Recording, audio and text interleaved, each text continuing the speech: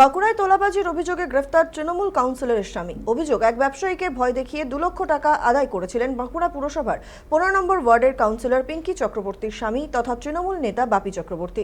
এরপর বাঁকুড়া সদর থানায় তার বিরুদ্ধে লিখিত অভিযোগ দায়ের করা হয়, কিন্তু থানায় এসে বাপি চক্রবর্তী আত্মসমর্পণ করলে তাকে গ্রেফতার করে পুলিশ। গ্রেফতারির পর অভিযুক্তকে বাঁকুড়া জেলা আদালতে পেশ করা হয়েছে। পুলিশ সূত্রে খবর, নির্মাণ কাজ আটকে দিয়ে ব্যবসায়ীর কাছ থেকে টাকা আদায়ের অভিযোগে ভারতীয় ন্যায় সংহিতার একাধিক ধারায় মামলা রুজু করা হয়েছে।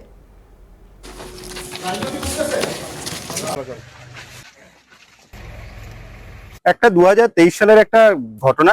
উনি বলছেন যে 2023 সালে আমার কাছ থেকে নাকি টাকা দাবি করেছিল। এই নিয়ে 2023 সালের একটা ঘটনা।